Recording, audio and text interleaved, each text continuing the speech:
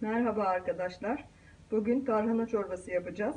Malzemelerimiz: yarım yemek kaşığı salçamız var. 2 adet orta boy rendelenmiş domatesimiz var. 5 yemek kaşığı tarhanamız var.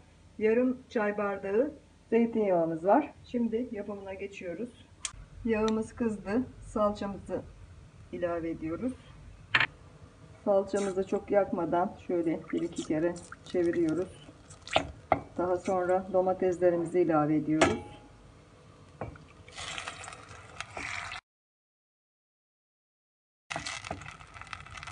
Domateslerimiz kavrulacak.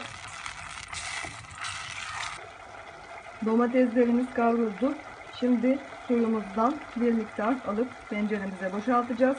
Üzerine tarhanamızı atacağız. Oda ortamında, oda sıcaklığındaki suyu kullanıyoruz. Sıcak su kullanılmıyor. Çünkü o zaman tarhanalarımız top top olur. Bir miktar suyumu tencereme aldım. Şimdi tarhanalarımı ilave ediyorum. Tarhanamızı devamlı karıştırıyoruz. Orta ateşte ısı ayarımız. Şimdi suyumu daha ilave ediyorum. Tarhanamızın başından ayrılmıyoruz. Devamlı karıştıra karıştıra pişiriyoruz. Suya ihtiyacı varsa biraz daha ilave edebiliriz.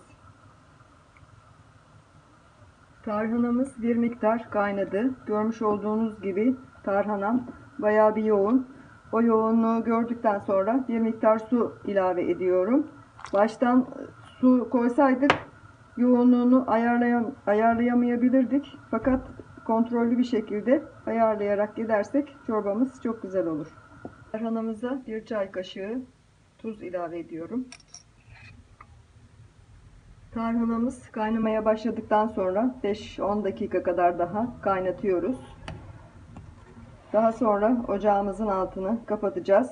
5 yemek kaşığı tarhanaya 7 su bardağı su kullandım. Görmüş olduğunuz gibi tarhanamın yoğunluğu çok güzel. Ne çok duru ne çok koyu. Ama siz daha koyu seviyorsanız daha az su kullanabilirsiniz. Daha duru seviyorsanız da su ilave edebilirsiniz. Ama bence tam kıvamında. Denemek isteyen arkadaşlara afiyet olsun diyorum. Abone olmayı unutmayın.